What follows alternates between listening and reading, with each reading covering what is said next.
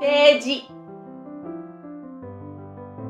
読んでいる人は気がつきません。でもページはめくられる時のわずかな風に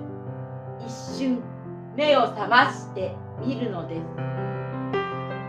心の中のふるさとの二度と帰れない林を、風にそよぐ緑の木々を、立つという形に輝いている自分たちの姿を、